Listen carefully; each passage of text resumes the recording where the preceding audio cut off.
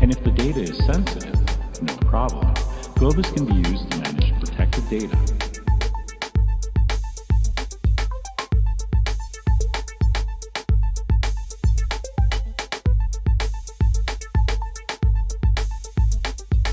With Globus, you can easily share your data without having to move it or copy it. With Globus, subscribers can easily move and share. And if you have any more questions about Globus, visit Globus. More than 150,000 registered users rely on Globus. More than 150,000 registered users rely on Globus.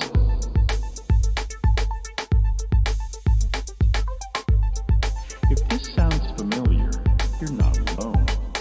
Many thousands face the same challenges every day and solve them with Globus. So what's Globus?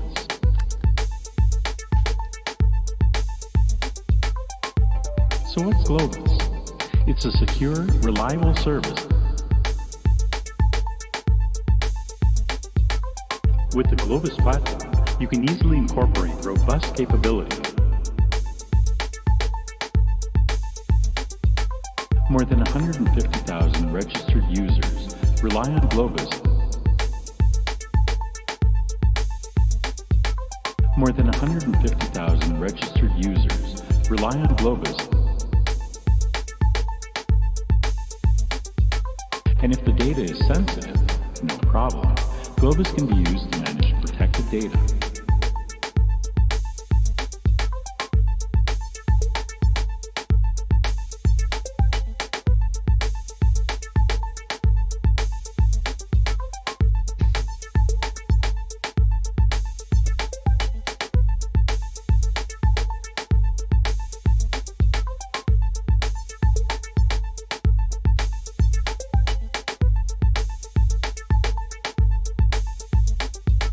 With Globus, you can easily share your data without having to move it or copy it.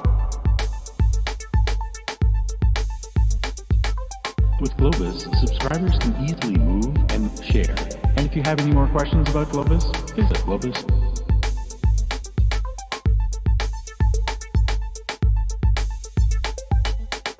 So how can you get started using Globus?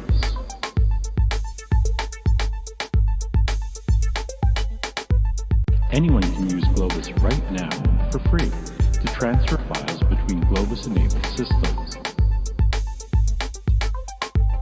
So what's Globus? It's a secure, reliable service. More than 150,000 registered users rely on Globus. More than 150,000 registered users rely on Globus.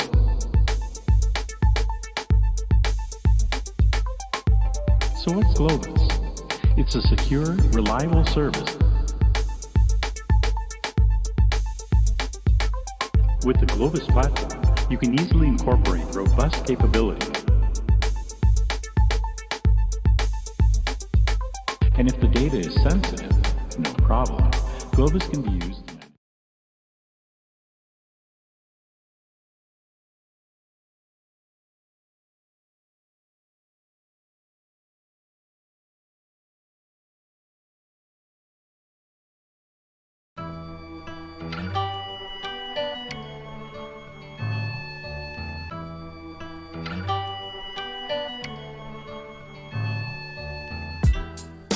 You believe it's morning, I'm alive, but that's the last thing on my mind.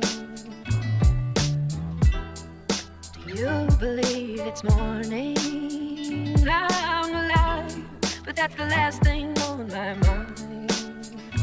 Do Dear future self, I hope you're in good health. I'm writing cause I'm frightened, I've been fighting with myself. I wake up in the morning, rain is pouring, but I don't mean outside, I mean a storm is roaring in the corners deep in my mind. And I've been phoning my friends for advice to break the ice. How are you? Yeah, I'm nice. Actually, I'm fucking sore inside. I'm borderline suicide, but I'm really trying to try and shine in this dark, dark life of mine. The film Life of Brian, I watched it 50 times because I'm always searching for the brighter side of life. And maybe one day those thoughts will pay off, but till then, my future self, I'm feeling lost.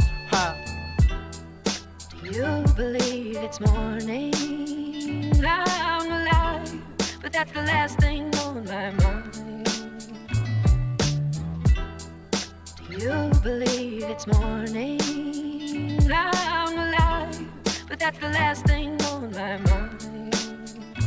Dear future self, why am I unwell? Will I ever find a way to climb right out this hell? Will I ever find a way to leave my demons? Find the breath to keep me breathing, find the hope to keep believing, find a way out, huh? Cause something funny happens when you're always sick. When you wake up every day praying that day might be it. That you might turn a corner into life or into death. Cause you hate that state of limbo, cause you hate that state of stress. And many lessons I have learned being burned by the fires of depression as they scorch up my earth. I have learned that I'm stronger than I ever thought I was. Cause I'm still here and breathing, my heart's beating blood, but I'm a paradox. I feel so alone, yet I isolate myself. It's no one's fault but my own. Heart is broken cause of the friends that I've had who have died. Heart is broken cause I've been sick for a third of my life. Heart is broken cause we live on a planet that values money more than lives, and we're damaging that planet that we need to survive. My broken heart, it breaks every time I feel the brakes on my brain when it aches. Bringing the bruises back to faith, feeding my demons while they wait. Ask my angels why forsake, have faith. Take away this pain in my brain and bring the rain, rain on my soul. Future self, could you pull me out this hole? Ha. You believe it's morning, I'm alive, but that's the last thing on my mind. You believe it's morning, I'm alive, but that's the last thing on my mind. Do you believe it's morning? I'm alive, but that's the last thing on my mind. Do you believe it's morning? I'm alive, that's the last thing on my mind.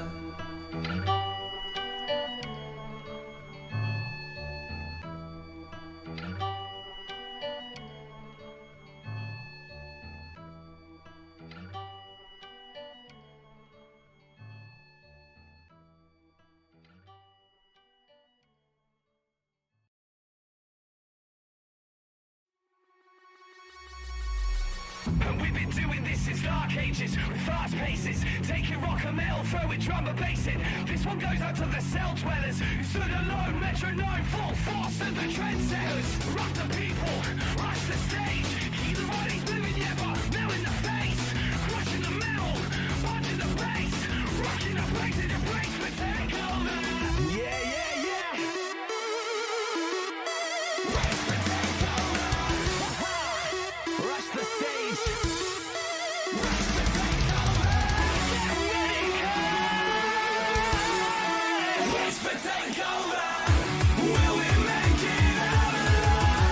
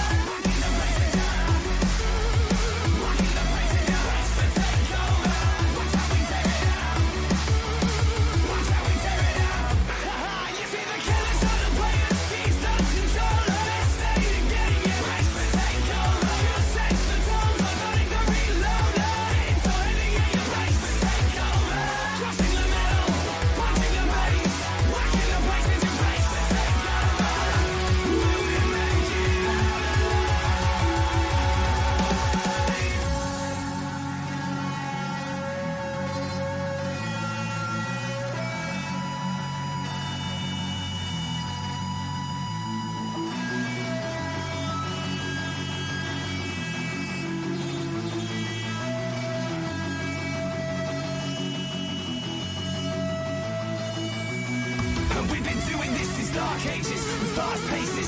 Taking rock and metal, throwing drum and bass in. This one goes out to the cell dwellers who stood alone, metronome, full force to the trendsetters. Rock the people, rush the stage, keep the bodies moving, yeah, but metal in the face. Crushing the metal, punching the bass, rocking the places, embrace for takeover.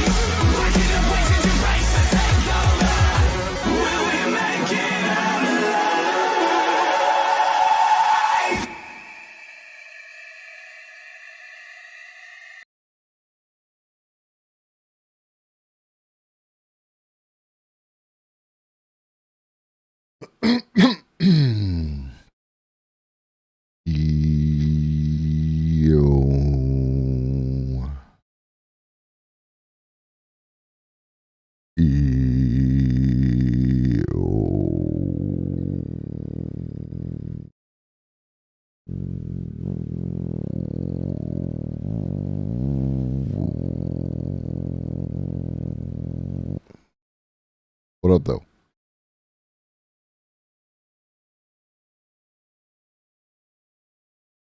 So again, woo, woo, woo.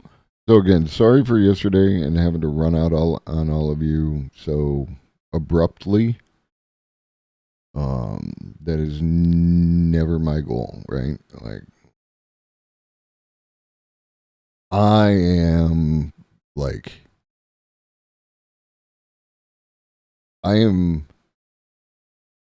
terrible at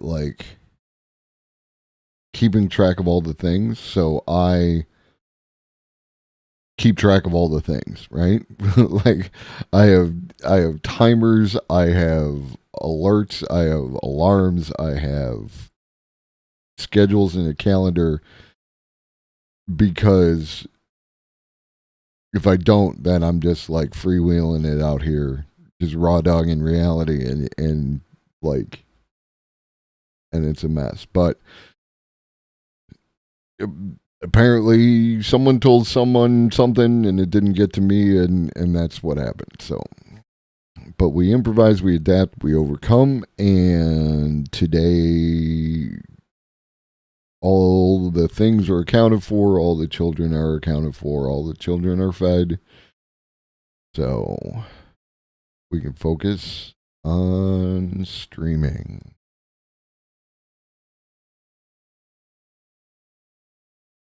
Do do do do do do do do do do do do do do do do do do. Yeah, so just doing a look back, apparently, excuse me, the term bias in my title for January 3rd, so that would have been Tuesday,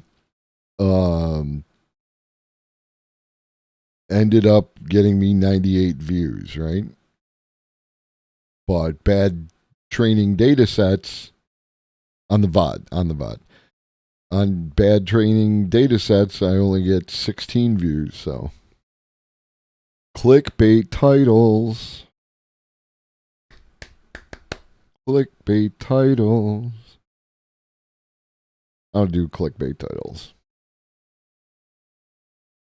Except for the drama one. That was, I guess that was clickbait because I did that specifically to present people with, like, the opposite, anti-drama. So. And I don't know how many views that got because that VOD is gone, but I got a highlight of it. I don't know how that works, though. Like, how does that show up? Doesn't matter. It's there for me. And if anybody tries to involve me in drama, I'll just send them the VOD. Send them the VOD. Easy, easy. Get it on record. And then fire it off to them. So today, around 5:30, could be a little bit later. People have real stuff to do. We'll be talking with Corey Campbell, who's been on the show before. Corey was featured on the 50th anniversary Globus-versary episode. And Corey uses AI in his work. So we'll be continuing on the same type of conversation as we had yesterday with Greg. And like that. The Saturday, I will be on Stonercast. James from the Internet is going to be on there. Jenny Burns, who was on here last week, if I recall correctly. Mixed Maddie B, Ubermod, and friend of the channel, early supporter. Cosmopolitics, who we've raided into before. And then the other person, I'm going to do them the respect this time of naming them like an adult. Do do do do do do do do do. Do do do do do do do do. I'm gonna pronounce this Bagel Bites, BGLBITES.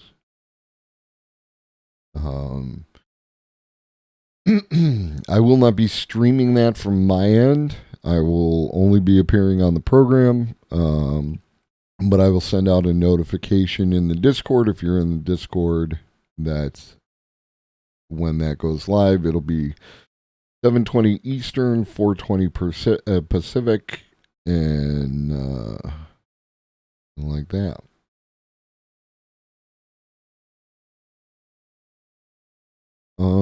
I didn't get a chance to listen to the book between yesterday and today, so I don't have a whole lot to add on that front. Do do do do do do do do do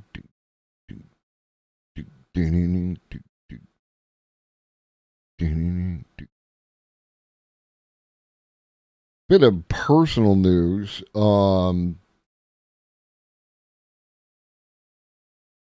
You want to know how jacked up our medical system is, unrelated to AI, right? So, as I mentioned on numerous occasions, I got a teenage son. The primary care physician that he had at the place where we were going went on to do something else. So, it was kind of far away. He just had a good rapport with him. So we were doing that. But now that he's gone, no reason to keep going that far away. Got a closer doctor. Okay. Can't do anything with that doctor until I get the medical records faxed over. Okay. No problem. Contact the old place, and I'm like, can you fax over the records? And they're like, no, you got to come in and sign the paperwork authorizing us to do that. Okay. Because this is the 21st century, but there's HIPAA. And I get it. So I go in today and I sign the paperwork. And then they're like, yeah, it'll be about 2 to 3 weeks because we have another company that does it. 2 to 3 weeks to fax things. 2 to 3 weeks.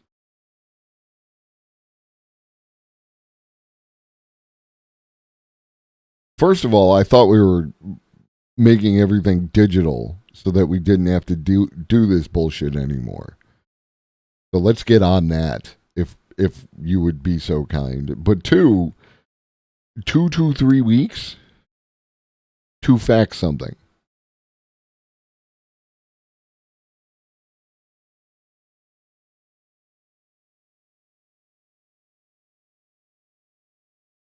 So now it's at least 2 to 3 weeks. At least, because before I can even do anything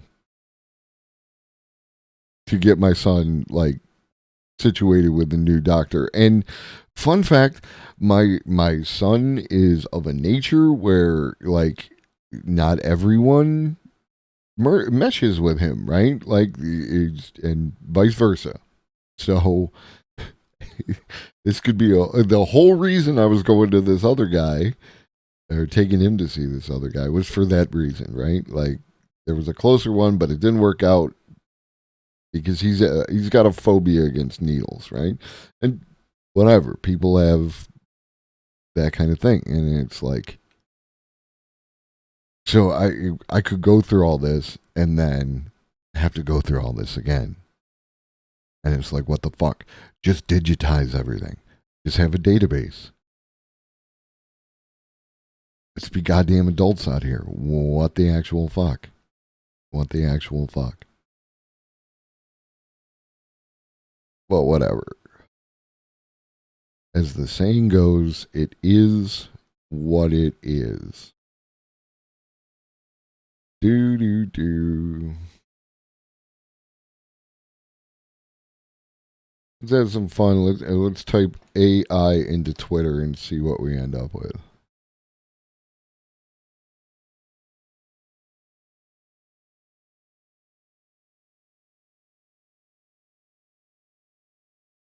Do.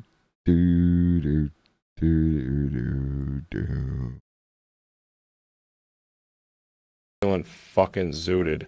Honestly, I'm feeling on the top floor right now.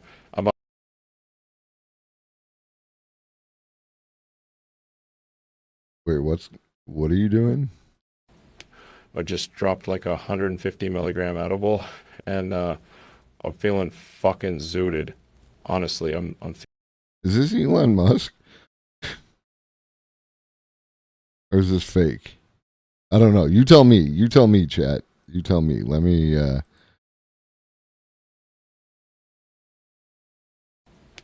just dropped 150 milligram edible, and I'm feeling fucking zooted. Honestly, I'm feeling on the top floor right now. I'm about to design 30 new fucking space cars and get us to Mars.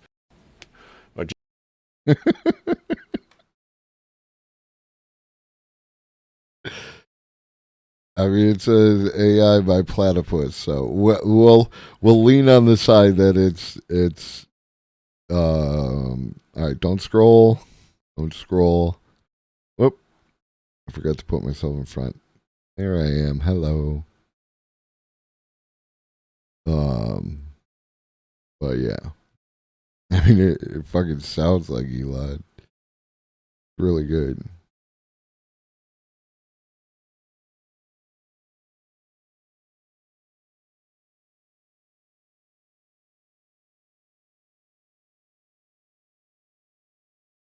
Is this a thing or is this some horse shit?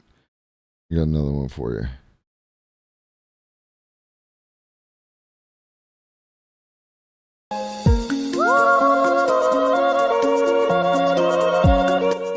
way too dank, yo.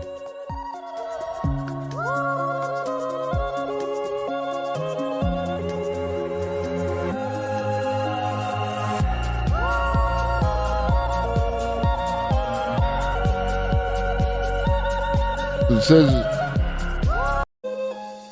says augmented reality, so could be legitimate. Could be legitimate. I'm disappointed. I expected to see some. Are we not raging anymore?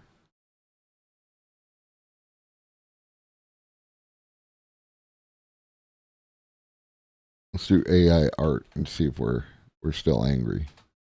Are we still angry?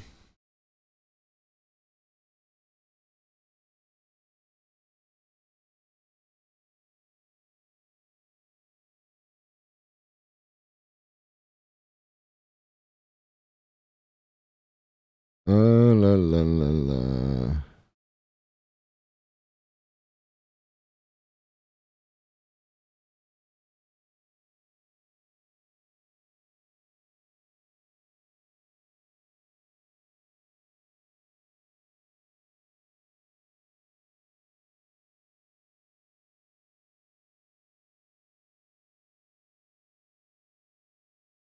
Alina, what up, though?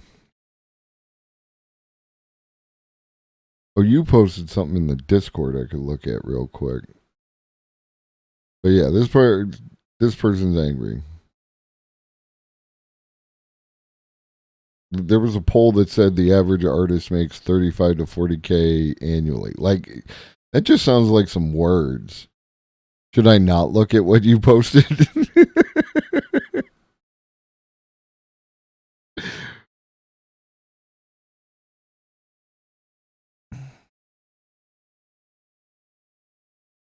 Yeah, like I'm looking at this and it's just so one of the issues with the current discourse that I am not participating in is that everyone involved is talking past each other, not being in any way charitable, and just going for dunks on the Twitter, right? Like, and it's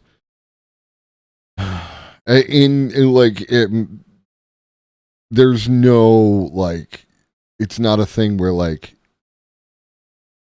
Vosh is, like, innocent in that, because he structures every tweet in order to create enragement engagement. Like, he knows exactly what he's doing. So,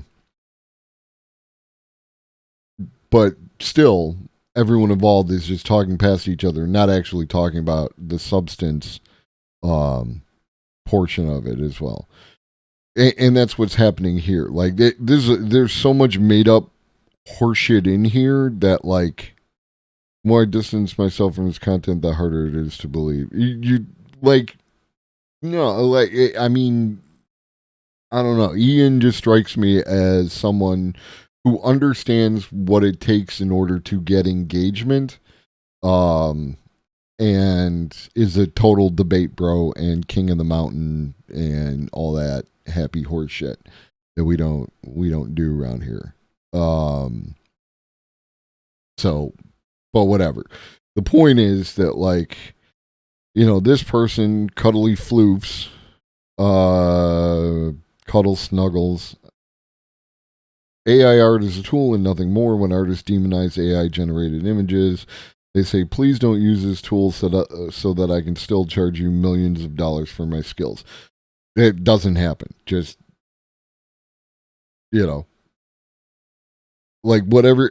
The problem is, like, when you list multiple statements together like this,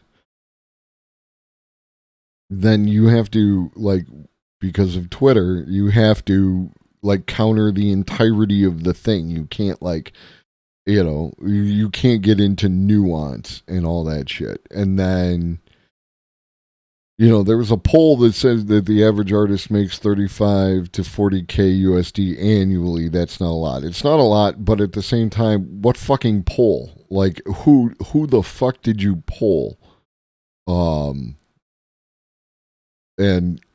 again, the use of the word average, right?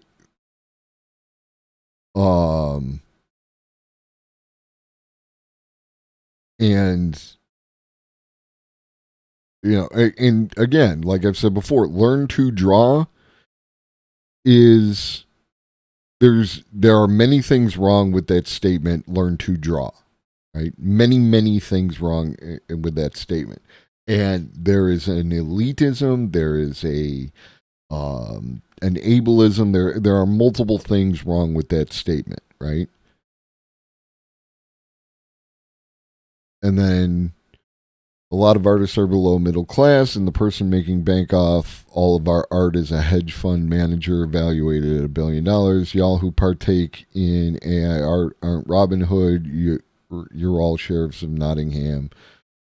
And then hashtag demonizing working class.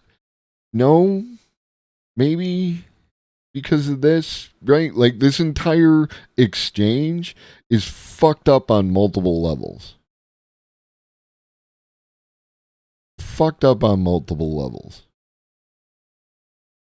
But that's where we are. And I'm going to assume that you work on what is that? Invincible? Right? Somewhere in here. It shouldn't, but because I don't see it in the top. Make AI ethical. I agree with that. Right?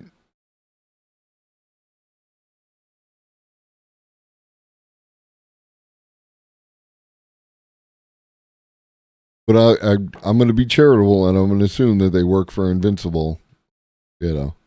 Otherwise, you're gripping the IP, my dude. And, and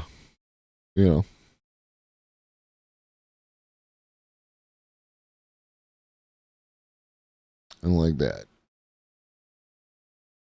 Do do do do do do do do do do do do. At the retweet of the Corey Campbell tweet.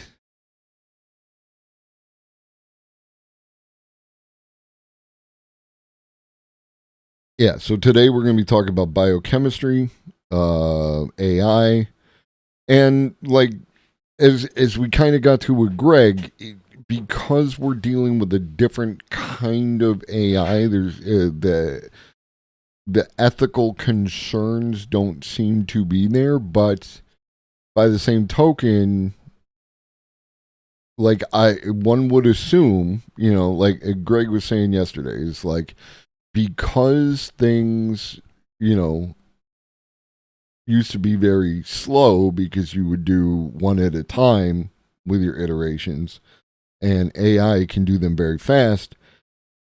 And we didn't get a chance to talk about this because we talked about algae, because sometimes I get sidetracked on my own interests, and I am very interested in the future of algae to replace all the things and and microbes and all that stuff in order to give us a better future, better world, right? Like that's part of it.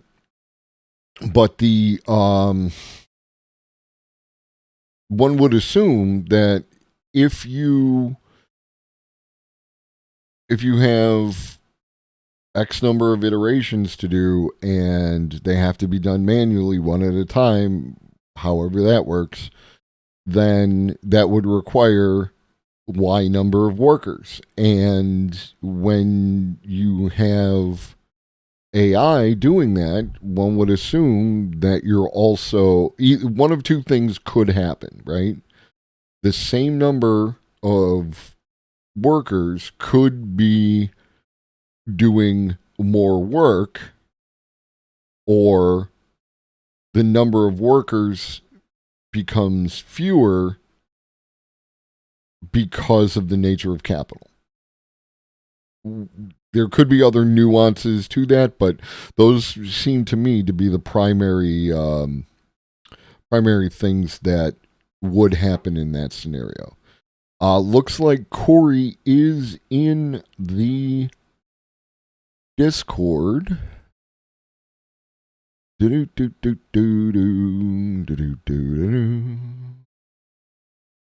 get that going on. Into the interview. Click the button. Can you hear me? I can hear you. Hopefully you can be able to see me shortly. One moment.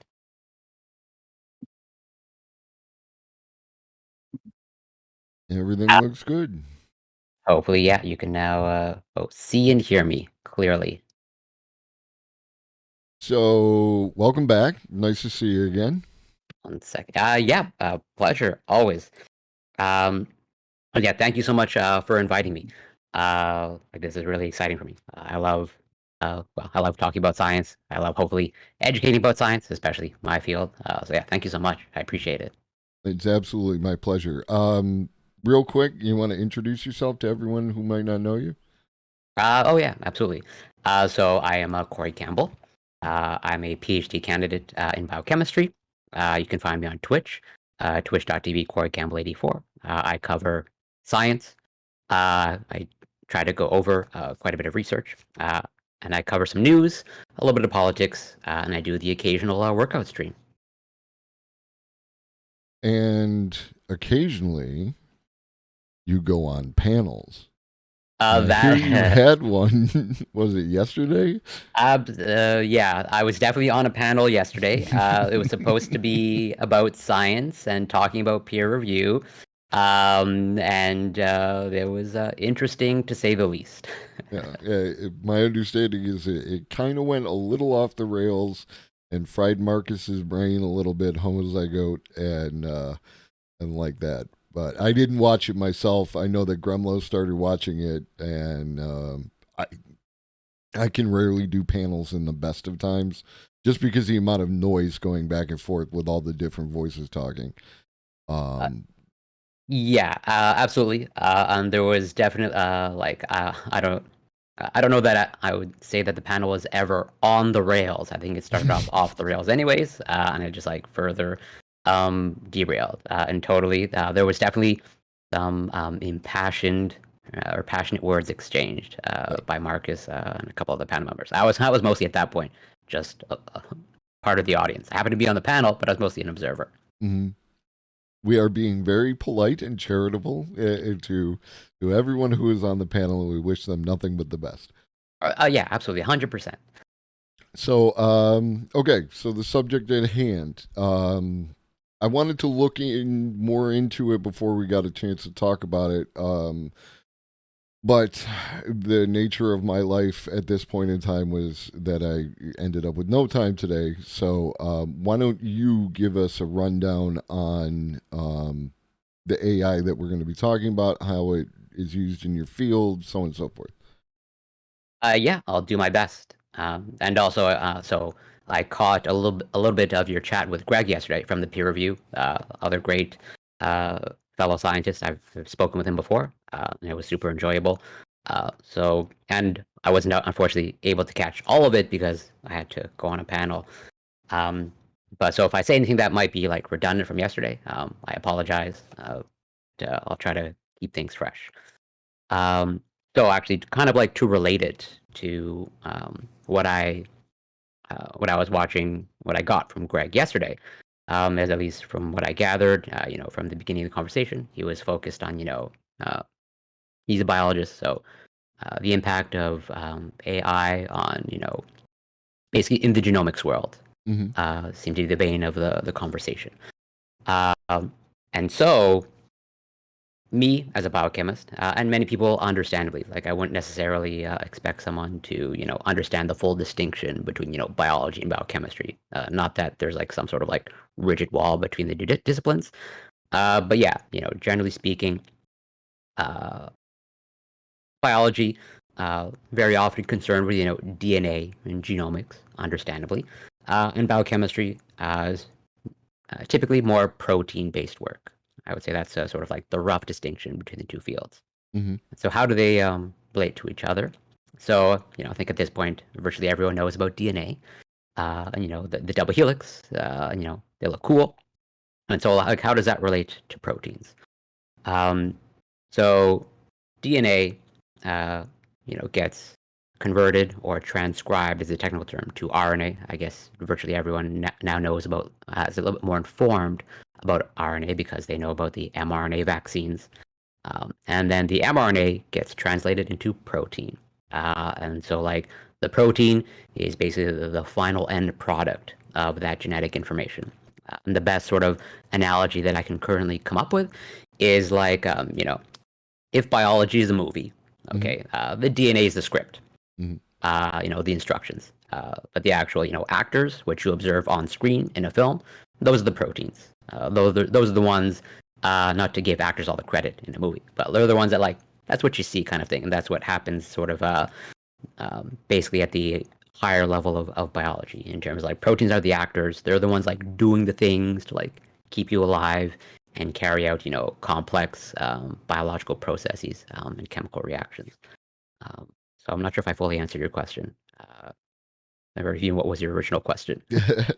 What's the name of the AI that you use, and like how does it affect your work? Yeah. How does it change your work? So there was a method to my madness. So one of the reasons why I gave that preamble of, like, biology, biochemistry, what's the difference, and, like, proteins. So to answer that question, that original question of, like, what is the impact of AI specifically on biochemistry? So, just as everyone knows about DNA, I think just about everyone now knows about, the structure of DNA. That's sort of like double helix coil. And so, as I said, the proteins are like the end product of that genetic information. And just as DNA has a structure, proteins also have a structure. But the key distinction is, or one of the key distinctions is, like, DNA, double-stranded, pretty, like, uniform structure, as opposed to proteins, okay? It's pretty much like an infinite amount of structures. And these are, highly complex structures. As in, like, so, as I mentioned, DNA provides the instructions, and then, DNA gets transcribed to RNA, and then the RNA gets translated to proteins. But then also during that process, you have the translation, pretty much you're making the protein, okay? It's just like you're adding things in sequence. And then that protein actually has to basically fold. That is the term we use in biochemistry. They fold into complex, intricate, three-dimensional structures. And the reason why, there's almost like an endless amount of protein structures is, so, I guess most people know, using the analogy of DNA, is like, people know that there's typically, 4 bases of DNA. You just have, base pairing to make your structure of DNA, as opposed to in proteins. Again, the best analogy that I can come up with is like, so protein structures is like a Lego structure. And then proteins, just as, your Lego structure, whatever it is, there's the building blocks. The building blocks for proteins are amino acids. And you can typically, just like Legos, you can think of, proteins are composed of a combination of, at least at the human level, a combination of 20 amino acids, as in you have 20 different building blocks, i.e. Legos, and you can pretty much assemble them in, just as you have just about infinite amount of Lego structures, you have like a virtually infinite amount of protein structures on paper. Obviously, that's not actually what occurs in nature. And so given that there's such a wide array of protein structures, we as biochemists, one of the key things that we are heavily interested in is solving protein structures. As in, like, what does that fully assembled Lego structure look like? Because that's a really key piece of information for many reasons. And so one of the things that AI is contributing in this domain is basically one of them in biochemistry is protein structure determination, as in like currently, before AI, not that AI has fully taken over the traditional methods, but to solve a protein structure with the gold standard methods that we use today, because again, AI hasn't fully replaced. It is a pretty painstaking process. Just kind of like give you an example, or to maybe put it in context. Again, relating it back to what Greg was mentioning yesterday, I think when he was going over genetic sequences and DNA sequences, I think he mentioned I think the word we now have billions of DNA sequences that we have access to. If I remember correctly, I think he used the word billions. And they're sequencing. They're generating these billions of sequences by sequencing them. Like they're getting the information. So it's a really a lot of data in the DNA world. So to put it in context in the biochemistry world, as I mentioned, there are billions of protein structures that exist in nature, and so we as biochemists, as I mentioned, we're interested in solving the protein structures, and so we have our own database, sort of like tracking the protein structures that we've solved. It literally is. I'll actually link it in the chat. One moment. It's literally a protein data bank. And that's where when a protein structure is solved and it's published in a journal, a scientific journal, they will upload the structure into that protein data bank. It's freely accessible, and even anyone from the general public with an internet connection, they can start downloading structures, and there's free software available to look at them. So to put it in context of how difficult it is to solve a protein structure. So the protein data bank, that's where scientists upload their structures, and at the top of the website, it gives you pretty much a running tally of the amount of structures solved so far. And the current tally, I have the website open on my screen, we're at about 200,000 structures solved as of today. And this is in the context of we know, based off of DNA prediction, that there's billions of proteins structures to solve. Right. And so we have currently the tiniest of snapshots of we solved some structures, but that pales in comparison to how much more we have to solve. And so if AI can basically solve protein structures or help us solve protein structures, that is a massive leap forward. And to give some context, around what we're talking about, if this is the wrong structure for the question, you can restructure it. But if I wanted to solve one protein structure, how long would that take?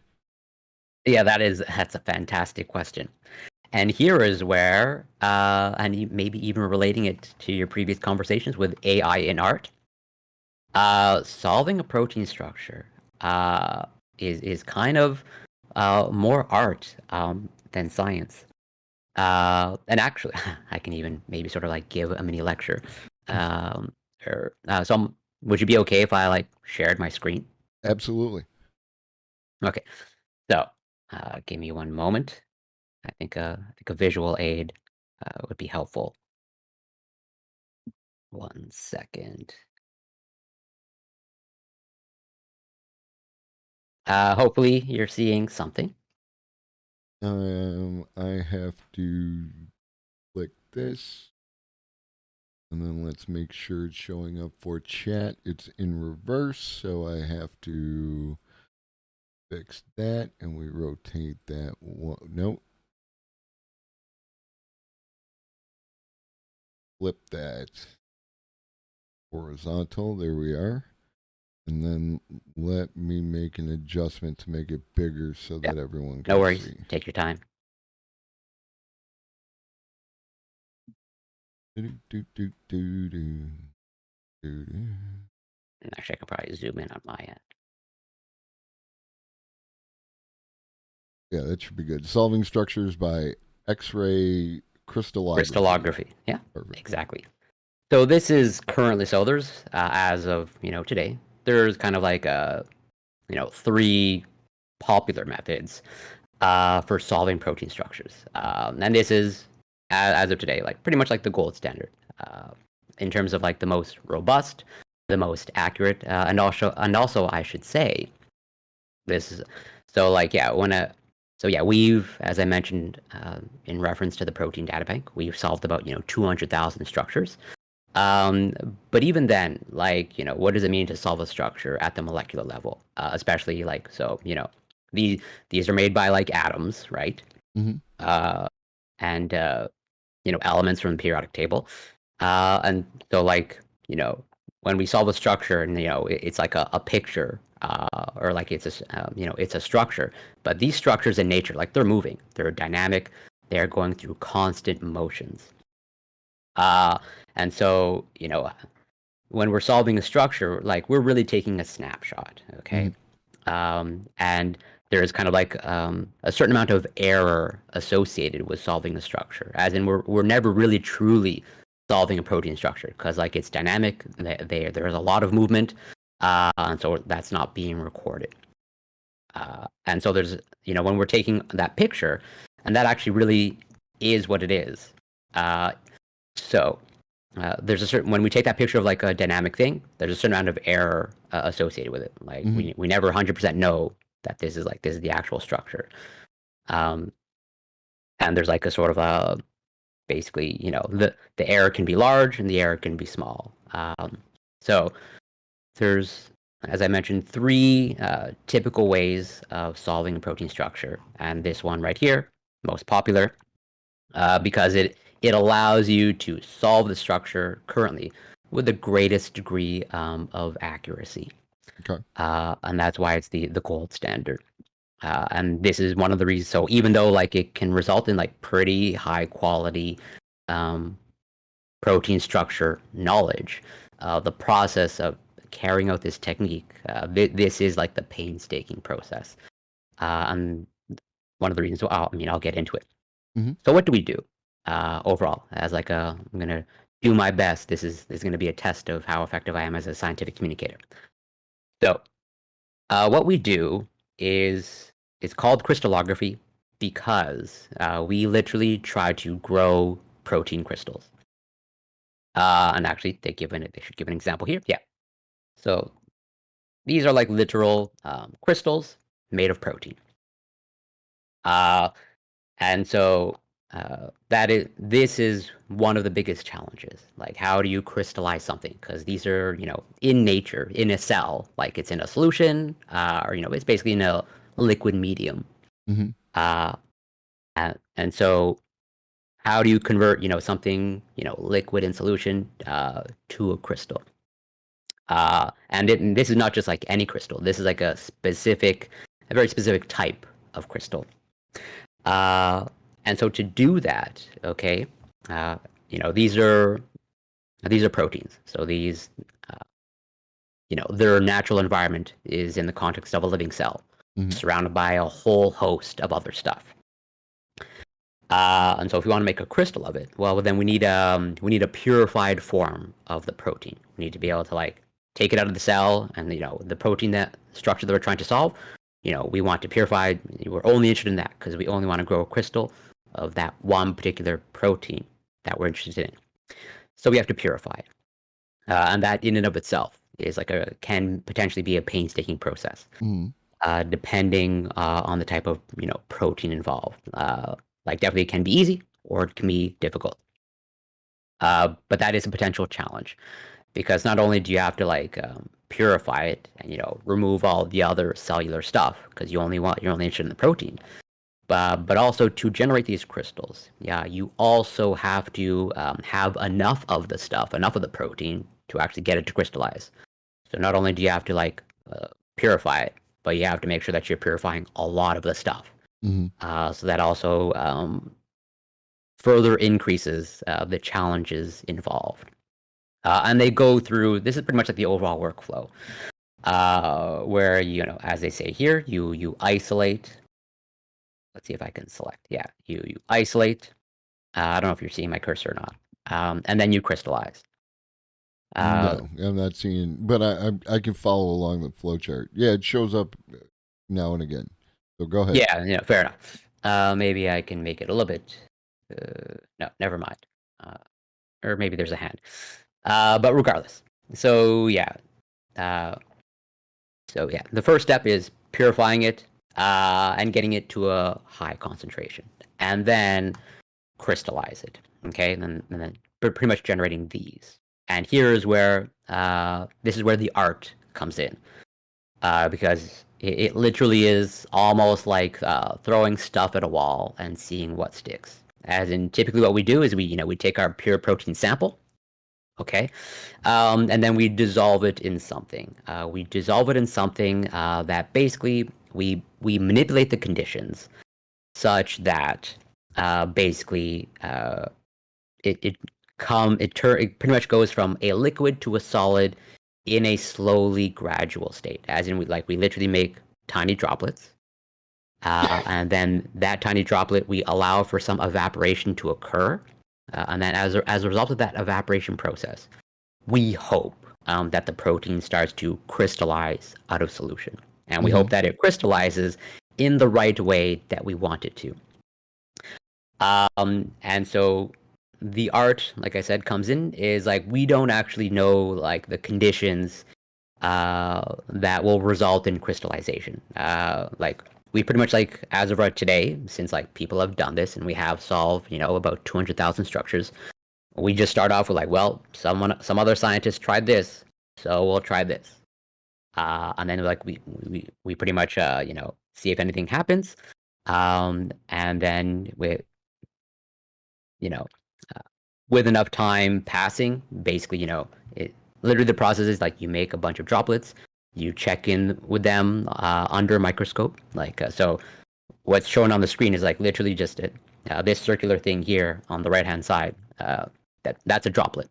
That's the droplet they're making, and it's like under a microscope. And so, we have kind of like a tray of droplets that we make, and then we just like let it sit, and then we just like pretty much like day to day or week to week, we just check in. Is our crystals forming today? If yes, great. If no, wait a little longer. Or we just start like manipulating conditions.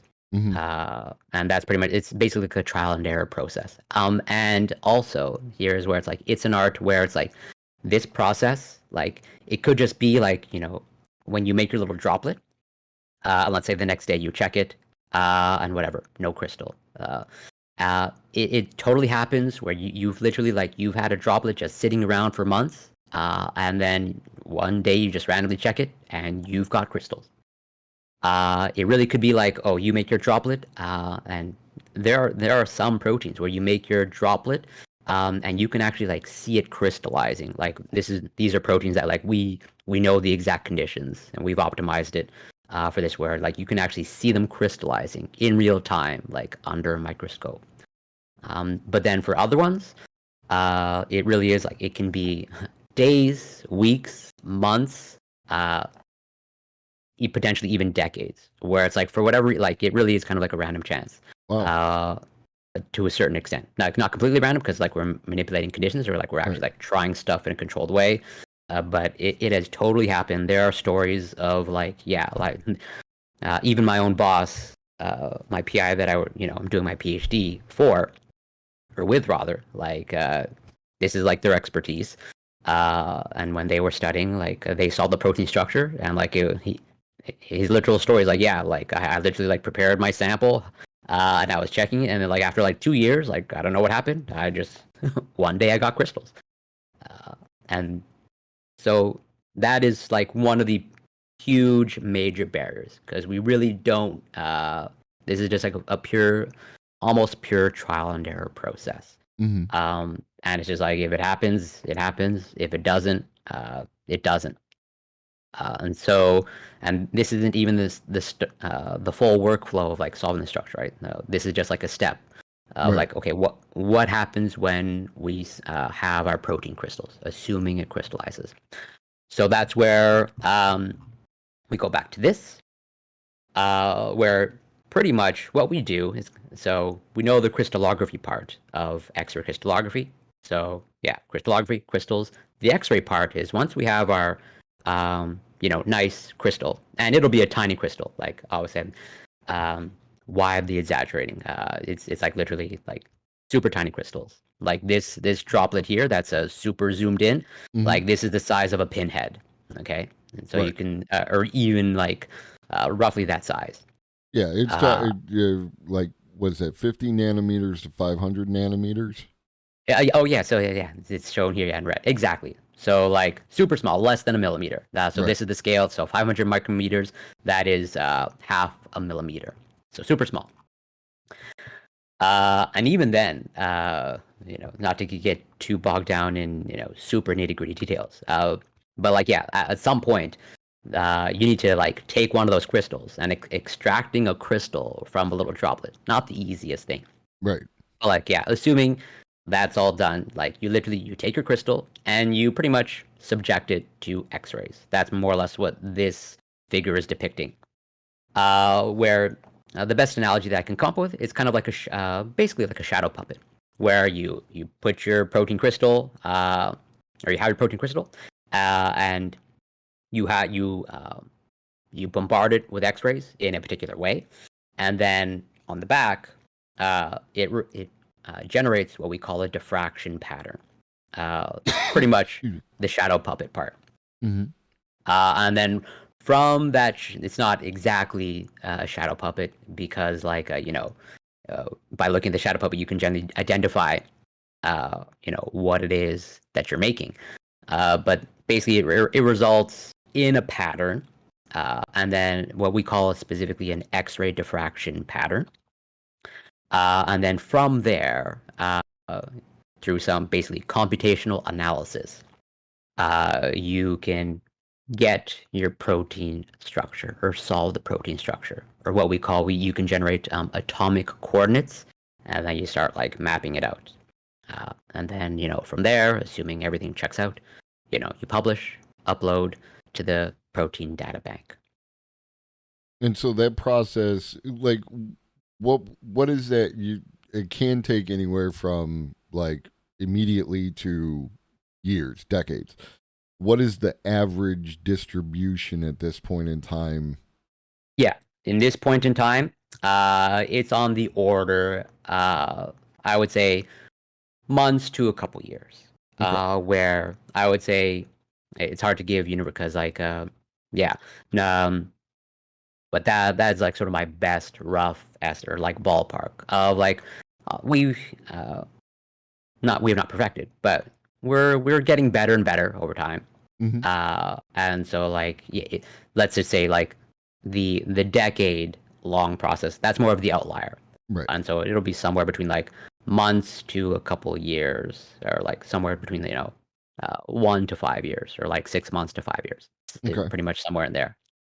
And how does AI impact that process? Yeah, that's a fantastic question. That's the crux of the question. So, given that, we have currently solved about 200,000 protein structures. So, AI has come in. Specifically, there's many sort of like algorithms out there, but this is the one that appears to be like the most effective. Not just like most effective, but it seems to have like resulted in a great leap in the process, where basically with AlphaFold specifically, what they have done is, so given that we have this current state of knowledge in the protein data bank, they have basically used AI. They have trained a certain AI, the AlphaFold AI, where it's like, okay, analyze the current structures that we solve, the 200,000 structures. And then based off of that training, they basically, they're using it to predict protein structures, as in to go from basically, what is the sequence of the Lego blocks, to now like, what is the 3D conformational structure of that Lego structure? Because actually, knowing the sequence of the Lego blocks, actually not all that difficult, really, because that's just like based off of DNA sequence. So that's like pretty much like not a hurdle. That's a pretty simple process. But to go from the amino acid sequence, the Lego block sequence, to the actual like knowing the 3-dimensional structure, the full Lego structure, that is the hurdle. So the AI comes in terms of like overcoming that barrier. Like, okay, we can give it the amino acid sequence or the Lego block sequence, and then it can spit out, okay, this is your actual 3D conformational structure. And so, like, is that an additional step on what we were just talking about, or is it? No, that would it would basically all of this stuff that I just went over these few slides. It pretty much would nullify, assuming it's perfect.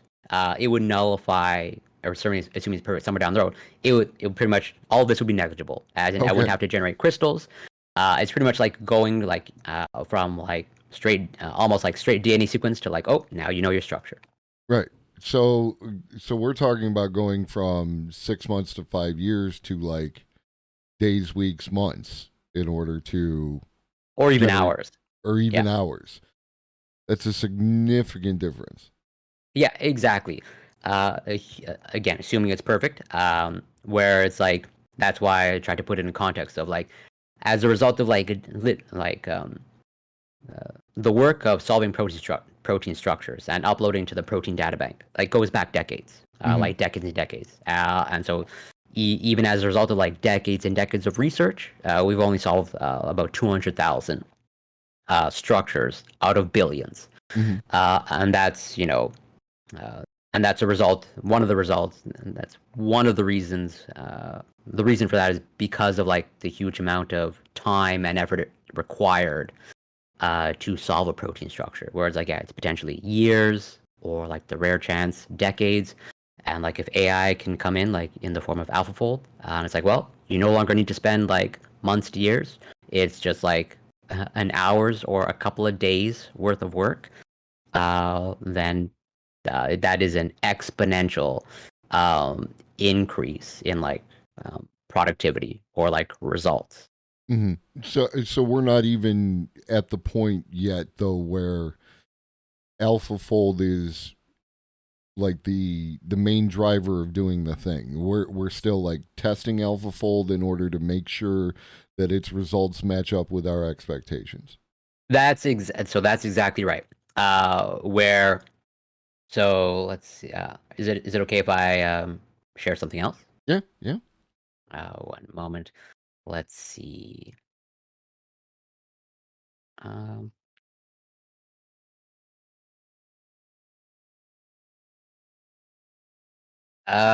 do I want to share? Yeah, I think this. Give me one moment. I will share.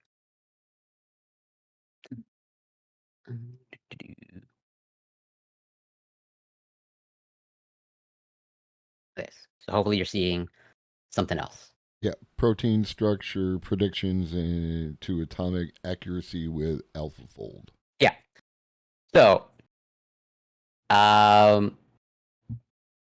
the current state of AlphaFold is like basically it's a huge leap forward in terms of solving protein structures. Yeah, but basically it's still not perfect. Not that anything is perfect, but basically it has not taken over the technique that I just went through of X-ray crystallography. As in that is still the gold standard. Because like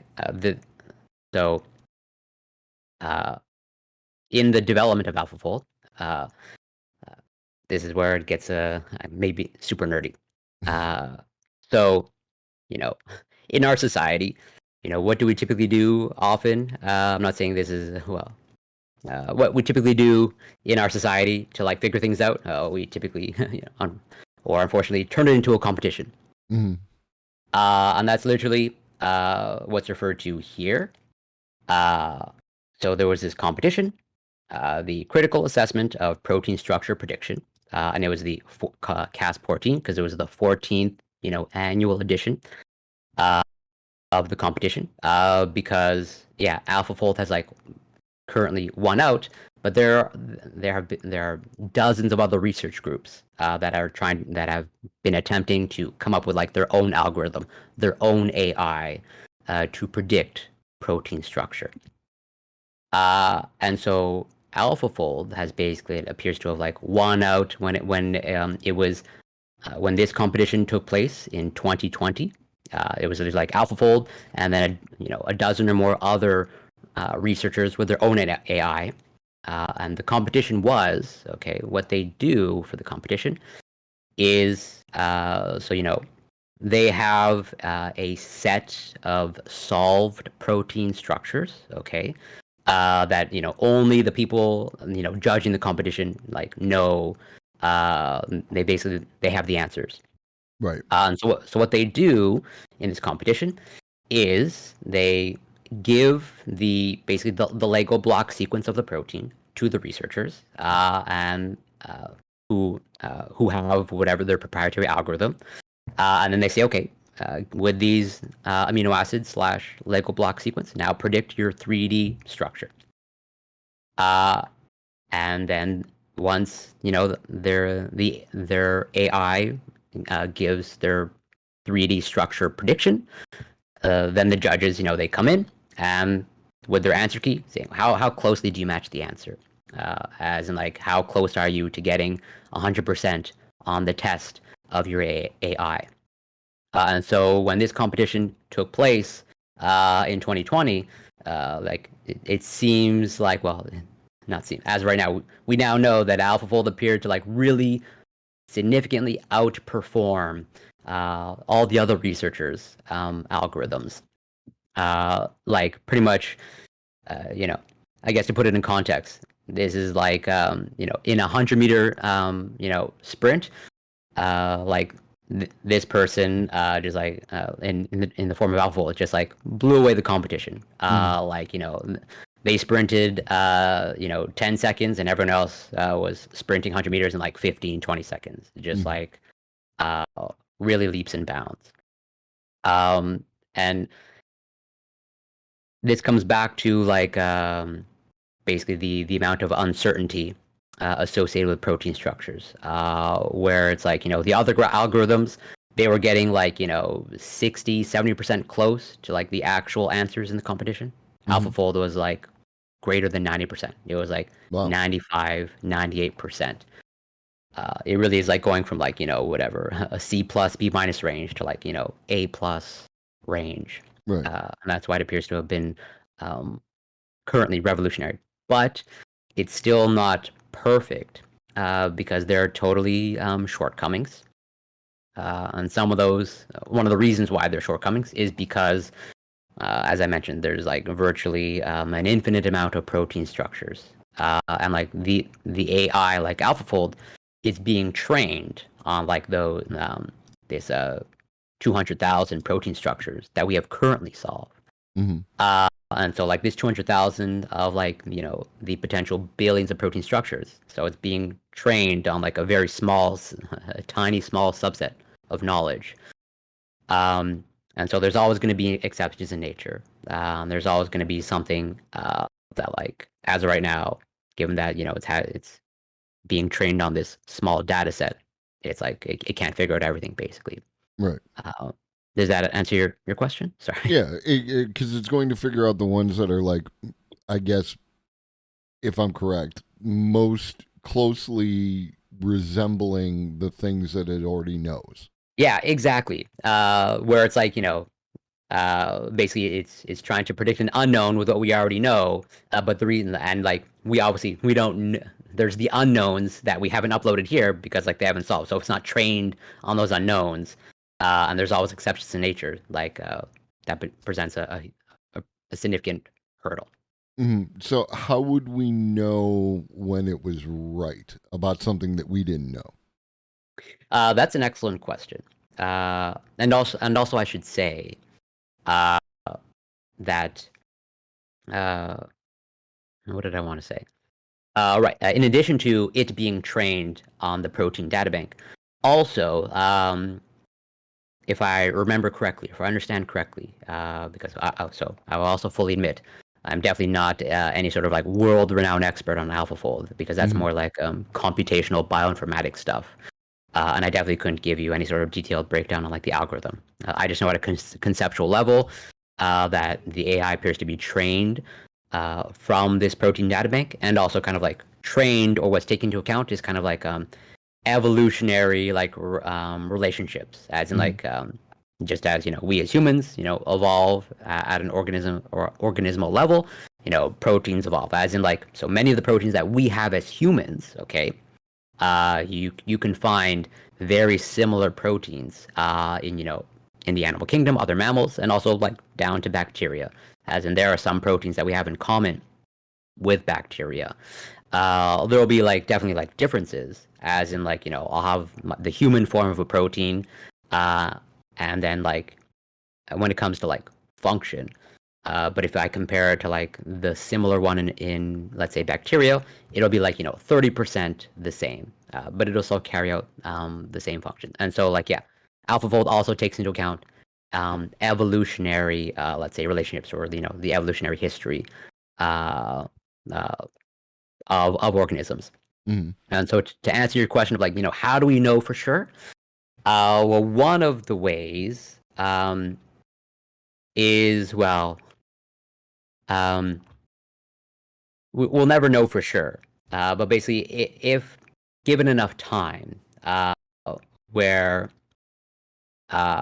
and also you can see here at the top of the website, so this you have the 200,000 structures from the PDB, and you also have this number here, about 1 million, as they say, computed structure models. So, and this is a new thing, as in like, if I remember, like I use this site decently regularly, because like protein structure is like, let's say, very much in my wheelhouse. But this basically like wasn't here like 5-10 years ago. This is like a brand new thing. So as of right now, we're like confirming AlphaFold based off of like, okay, is it able to make predictions, and we compare it to like the answer key, as in like, is it matching the answer that we currently have? So moving forward, one of the ways that we are probably going to get greater confidence that it's working the way we want to, or it's working close to perfection, is like we'll make a prediction, as in we'll have a brand new sequence of Lego blocks, okay, that the structure hasn't been solved yet at all. It's not in the protein databank. So what we are likely going to do, or one of the ways, one of the things that we'll carry out is, okay, we'll let AlphaFold make a prediction, and even so, and also AlphaFold, if I remember correctly, well, and also I also know this from colleagues and myself, like pretty much just about anybody can use AlphaFold. They have a website, and you can actually, like, if you wanted to, if you have access to the right information, you can like basically submit a sample to AlphaFold and get a prediction.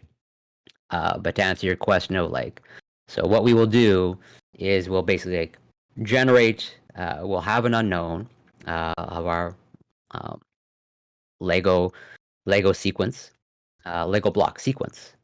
We'll let AlphaFold make a prediction, but then in parallel, we will actually carry out that X-ray crystallography technique, okay? And so like that working in parallel, and assuming the X-ray crystallography technique, pans out, and then we're able to like solve that structure. Then if we compare the two and say, oh, it matches the X-ray crystallography structure, then we would have a pretty high degree of confidence that AlphaFold is at, if we're able to say that it's at least comparable to X-ray crystallography, then that in and of itself is like a huge step forward. Does that answer your question? Yeah, it just, we're still at the stage where we're asking the robot to make a thing while we're still making the thing, and then we're comparing its thing to our thing to determine whether or not it's correct. We're still well a ways away from just push button, get bacon, and it's just running on its own, and we trust what it's coming out with. Yeah, exactly. And another way that we can confirm is, basically, as I mentioned, and I've tried to emphasize, is like, these are, well, even shown here on the website. These are complex 3-dimensional structures. And, they have complex 3-dimensional structures for a reason. Mm-hmm. Because like the structure, determines their function, as in like how they function, in an organism or inside a living cell. And one of the reasons why we are so interested in solving protein structures is because it gives us insights into its function. It also gives us insights in how we can potentially manipulate the protein. Mm-hmm. In terms of like, maybe making the protein better. Protein engineering is a thing. Or maybe making the protein worse. There are definitely some times where we want to kind of like make a protein worse without kind of like defining what that is. And so one of the ways that we can kind of maybe also gain greater confidence that AlphaFold is, working basically with a high degree of confidence is like, okay, if it basically if you take an unknown amino acid sequence and then you get your AlphaFold prediction and then you know its structure, you should be able to predict something else about that protein in terms of like its biological context. As in, if you know its protein structure, you have a better idea of like how it functions at the molecular level. So let's say, for example, proteins, they often bind other things, other small molecules, because that's part of the biochemistry process. Like, for example, a protein can bind, a glucose molecule. And as I mentioned, the proteins are like large 3-dimensional structures. And so like, the glucose molecule is tiny in comparison to like a whole protein structure. So when a protein binds to a small glucose molecule, it binds at like a specific site. Basically, the binding site, or what we would term in biochemistry, the binding pocket of the protein.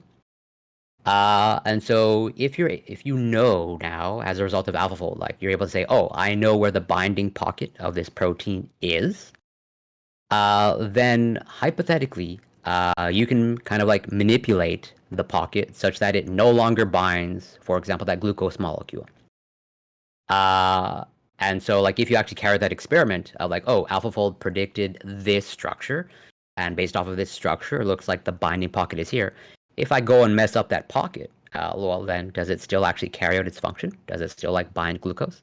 And if the answer is no, as in like, oh, it actually, by me messing up the pocket, it looks like that's actually true. That was the pocket. It no longer does bind glucose.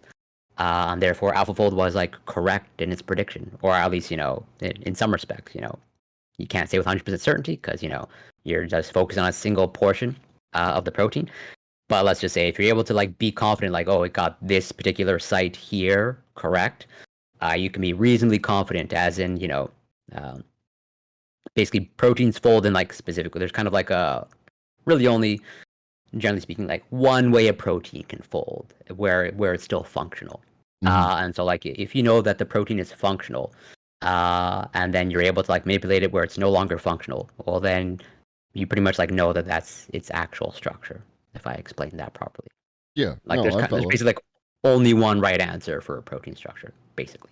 Now, to maybe, if you can, give a contextual bridge. What is a real world application of messing up that pocket? Yeah, absolutely. That's a fantastic question. And this is where, to me, this is all cool.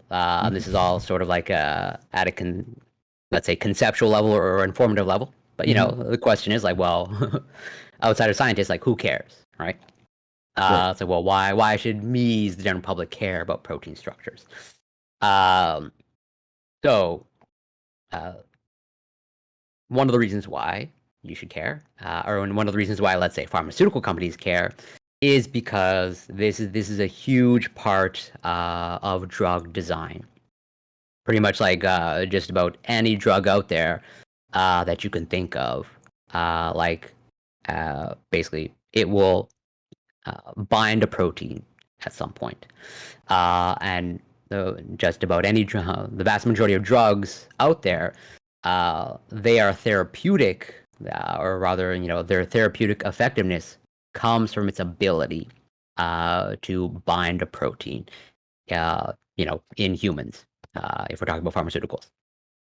And so, basically, we are interested in protein structures because we want to know where these things bind. Because if we know where they bind, and we know we're able to characterize that specific binding pocket where that therapy, where whatever pharmaceutical, binds to, you can potentially make it better. As of right now, we shoot in the dark, so to speak, in terms this is effective. But so one of the reasons why, let's say many drugs, many pharmaceuticals have side effects is because, in addition to that particular drug binding to the protein that we want it to bind to, given the fact that it's not fully customized to that particular protein structure, it can often bind to other proteins in your body. Okay, as in you have off-target binding. And so if you're able now to fully characterize that binding pocket, okay, and you say, oh, this is the atomic nature of the pocket, then from a drug design perspective, you can hypothetically design a drug that binds to only that binding pocket and no off-target binding. And thus you should potentially have reduced side effects. And that's one of the key reasons why pharmaceutical companies are interested in protein structure, and biochemists, because there's a natural relationship between biochemists and drug designers at pharmaceutical companies. So to answer your question, so sometimes not only do we want to make a drug better, but also sometimes we want to make a binding pocket better. Maybe not necessarily in humans, because we're not really at the level of engineering proteins in humans, but in other organisms, or especially bacteria, basically creating designer proteins. As I mentioned, protein engineering is a thing. And so the more information we have about its structure, or if we actually know its structure, the better we're able to potentially engineer a protein, because proteins have so many potential applications. But the hurdle is we just don't know the structures. And if this happens to be outside of your wheelhouse, that's fine. If it's too far, but conceivably, if you had some sort of bacterium that acted as a pathogen in the human body, could you both, in a particular course of medication, have a protein that would go into the bacterium and replace an existing protein, but have a very specific capture point, and then it would bind with some aspect of the medication that would only fit into that particular protein that is now within that bacterium, that you could then have that a sniper targeted medication? This is definitely not outside of the box for me. This is exactly my wheelhouse. Okay. In terms of what you've outlined. So, this is almost directly related to the work that I do in the lab. So totally, and I work with bacteria. I work with bacteria, E. coli. I'll even use my own research as an example, where almost perfectly mirrors the scenario that you've outlined. So, in addition to protein structure as my wheelhouse, protein interactions is also my wheelhouse. I would say if I have any expertise whatsoever. It would be like kind of like those two domains, protein structure and protein-protein interactions. So yeah, as I mentioned, using the analogy of, whatever, biology being a movie, and, DNA is a script, proteins are the actors, and just like in a movie, what you see on screen, actors interacting with actors, dialogue, etc., etc. And so, just as you have, proteins in a cell, pretty much one of the core or key things of biological processes is a protein's ability to interact with another protein. As in like pretty much like virtually any kind of like biological process, like a protein interaction will come in at some point. If not multiple protein interactions will come in at some point. So using your example of like, could you have some sort of like targeted therapy to, let's say, if I have a bacterial pathogen in me.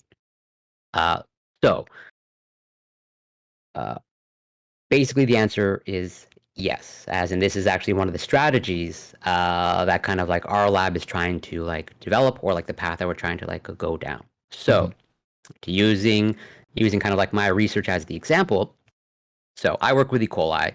And I think virtually everyone is, I guess, familiar with E. coli, in the context of like food poisoning, unfortunately. But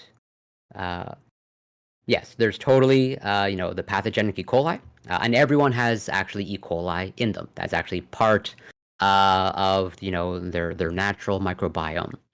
As in, like, actually, the vast majority of E. coli are harmless, and they're living inside you, and they're actually kind of like pretty key to your overall like functioning.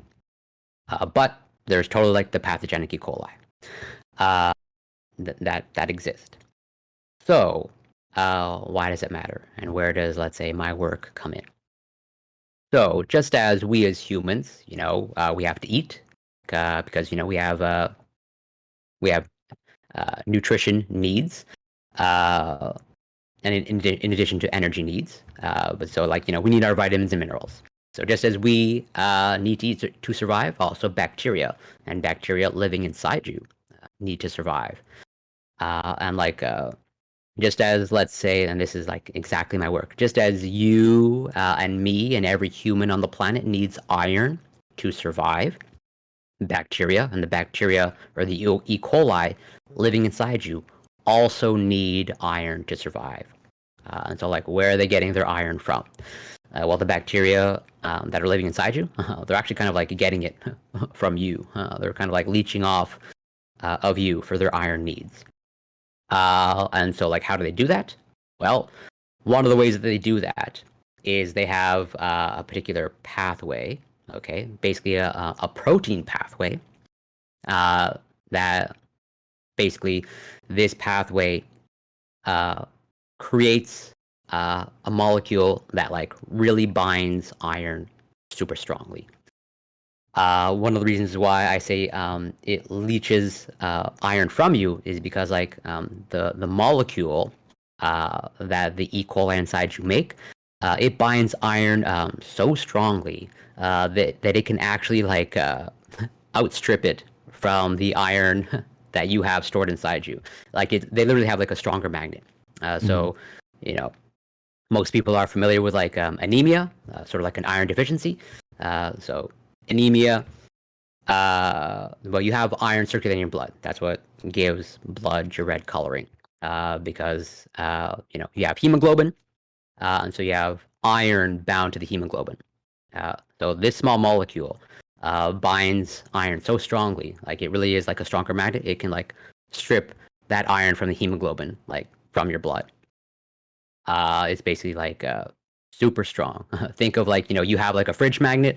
They've got like industrial size, like a giant magnet. So this molecule is made by proteins. Basically a series of proteins. It's kind of like a biological assembly line by proteins interacting with each other in E. coli. Basically, you have kind of like it's like a set of 6 proteins that results in this like giant magnet that can bind iron. And so what my lab is interested in doing is like not only solving the structure of these proteins, but also seeing how they interact. Okay, because since iron is essential for our survival, it's essential for their survival. If we know the pathway that they use to generate this, giant magnet that can bind iron, if we know how those proteins interact, we can hypothetically design a therapeutic that disrupts that assembly line process. As I said, it's 6 proteins, and these 6 proteins like interact with each other. So if we know how they interact with each other, where like they bind at a specific interface, if we're able to design something that actually stops some of the proteins from interacting, well, we stop that assembly line of making that giant magnet that binds iron. And so that would effectively starve them from iron and thus kill them. And that is actually one of the sort of like antibiotic strategies that we are trying to employ. Like, now that we understand this pathway, we understand the proteins involved, we understand the structure of these proteins, we understand now how they interact, and then it wouldn't be us. That where sort of like the pharmaceutical come in. It's like, now we have the information to design something where it only binds to this pathway in E. coli and disrupts the protein assembly line, and thus starve them from iron, thus kill potentially pathogenic E. coli. And is it a situation where the excuse me, at the very least, one of these 6 proteins is something that only E. coli has, and only the bad E. coli has? Yeah, exactly. Okay. That's what makes it specific. So we wouldn't have to swap something out. We know it's got it, so we can just target that and we're good. Exactly right. Yeah, I didn't get that point across as clear. Where it's like, this particular pathway that results in that giant magnet that can bind iron, like it's unique to E. coli, and that's why we're so interested in it. Like they have this unique pathway, and this is the reason why they're able to generate this giant magnet is because like it's so important for them. They need it like so badly that they're pretty much going to do anything to get it, and they're just going to it results in this giant magnet. So it's unique to them. Or rather, it's unique to certain strains of bacteria, but typically the pathogenic E. coli. Yeah, and I think that's like it could just come down to the complexity of large numbers, but like when we talk about there's billions of these different proteins, and you share proteins with the bacteria, but then like there's a significant amount of number of proteins that are only found in these specific creatures or what have you, that like it's a lot to take in for the average person to try and wrap their brain around, Yeah, no, it's totally understandable. Where it's like, as I mentioned, we have proteins in common totally with E. coli, but the pathway that I just outlined, definitely not one of them. But also at the same time, very often, we'll have related proteins to bacteria, where it's like they'll serve the same function, or like carry out the the overall same biochemical reaction, but the protein structure itself is like pretty much it's diverged so much. That like it's kind of, you can kind of like consider like a different protein structure, where it's like like I said, it's roughly 30% the same or similar to like the E. coli one, where like there's enough divergence where there's a decent amount of uniqueness to it, not fully unique, but some amount. And to just bring everything back to AI, while there are like AI is definitely going to be a tool once it gets to the target goal of what you want it to be. It's going to be an excellent tool that's going to allow you to proceed much faster. Between the amount of proteins that need to be gone through, there is not like a situation. One of the concerns right now with people with AI in art is that there is direct competition between the AI and these artists. This is, if anything, so far down the road to where it would be a threat to your job, right? Well, actually, so I wouldn't. Yeah. So I definitely understand, let's say, the concerns when it comes to AI in art. Mhm. But kind of, so, basically, what is the effect? I would maybe like zoom out. Like, what is the effect of like technology on, let's say, whatever science or biochemistry, biology? And generally speaking, it actually kind of, I would say, allows us to be more productive. Where it's like, yeah, if I no longer have to solve protein structures, well, that kind of like frees up so much time for me to do a bunch of other things Right. that are also interesting. Where it's like, and also relating it back to AI. So like, we covered a little bit of AlphaFold, and and that will definitely, or almost certainly, have an effect on biochemistry. But also there's the aspect of it, just like I alluded to, is like I said, not only do you have like protein structures, but you have the proteins also interact with other proteins, and they interact in a specific way. And so that is also another aspect of AI that can have an effect. Where I think my screen is still showing. Let's see. Yeah. So actually here. So in addition to AI, pretty much potentially somewhere down the road predicting protein structures, AI may also come into play in terms of predicting protein-protein interactions, as in like basically, yeah, just like how are the actors interacting with each other on screen, which again are key to biological processes, and that's actually what this paper did. So they referred to AlphaFold, and yeah, the guided protein interaction identification, pipeline, where in addition, like I said, we're interested in both things because both are super key. Not only to just like understand, biology and biochemistry, but also like from pharmaceutical standpoint, like for sure. Where it's like, yeah, if in addition to AI predicting a protein structure, if it can also predict a protein-protein interaction, then like that's also like a huge step forward. And so to answer your question, even though like I say protein structure and protein interactions is like my wheelhouse, sort of like my area of expertise, if AI does all these things, that pretty much like nullifies my area of expertise. That I would say that does not threaten my job. It's just like I can actually like if I learn something new, or like basically like frees me up to like do other things. Or it's like it's a never-ending process. Okay, and like ultimately that is a good thing. If it did have the capability of completely eliminating your job, would you consider that a net good, or? Yeah, I mean, well, yeah, I would sort of like, I guess I would kind of like process it in terms of like, net good for society, not for Corey. As in like, yeah, exactly. As in like, I mean, I'm one of the reasons why I love science is because like I have the curiosity, but also like I understand like that's the key to hopefully making advances in human health and well-being.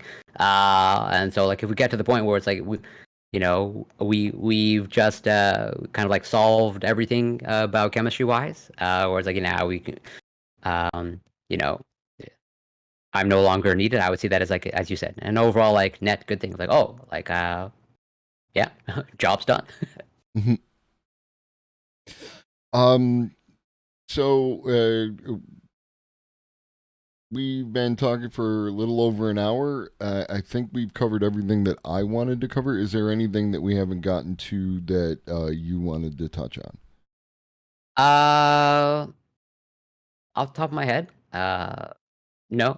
So yeah, I guess just maybe expanding a little bit. on what you just mentioned in terms of like me being out of a job and how it how AI just will allow me to do other things. So like I kind of like view this as like automation, where like um, a lot of kind of like menial tasks that were done in science in the past. Like for example, like micropipetting, just like transferring a liquid from one place to another. Mm-hmm. Many of those things have become automated now, where it's like I no longer have to like carry out the task, and so I could just like do other things. So I use that analogy like for AI, like if these things just kind of like can do these things while I go and answer other things, or maybe like do something entirely different. I see that as like a net good. But outside of that, that's pretty much all I wanted to cover. But if you have any other questions, I'm totally open. No, that's everything for me. And my son is waiting for me to help him with his Okay. new PC build. No. Like, again, like half the people I talk to, probably like all the people I talk to, it's like we could just sit and chat for like hours. It's what we do, Believe me. Maybe there at some future date we'll get together a panel of people and we'll talk about things as opposed to argue back and forth about whatever. That sounds great. I hope one day that is my wheelhouse. Yeah. So it was a pleasure talking to you. I'm sure I'll find an excuse to talk with you again. You're always an excellent experience. So. I appreciate that, and I echo the same sentiments. It's always a pleasure to interact with you, and I'm always grateful to be invited on. And again, Corey Campbell 84, twitch.tv/Corey Campbell 84. Corey, what do you're on like twice a week, and not including like exercising? I try to be minimum twice a week, where it's like one science stream, one workout stream. I'm trying to do more, but as of right now, let's say twice a week. Okay. Well, I hope to talk with you again soon. Yeah, always a pleasure. And yeah, anytime, feel free to reach out. And until then, take care and be well. Take care.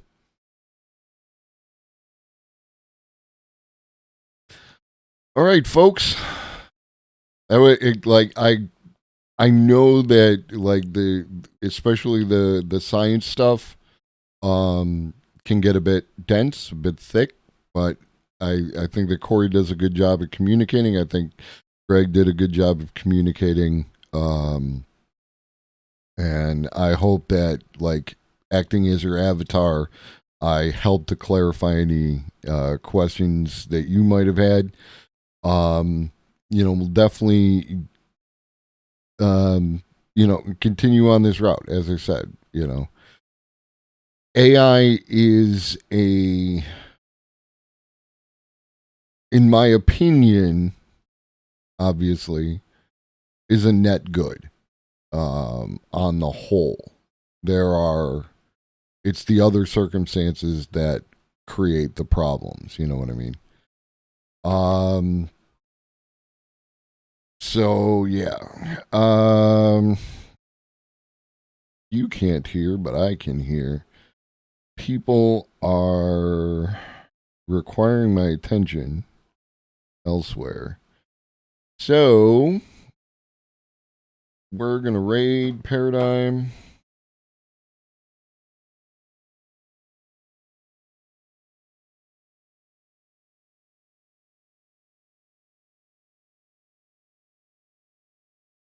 Monday, we're talking to Marcus, homozygote. So that'll be cool. And then we're supposed to talk to Universal Discourse on Tuesday. Definitely next week. Probably Tuesday. In the meantime, make sure you drink your water. Make sure you eat your food. Make sure you take your meds. Shuggy loves you. And so do I.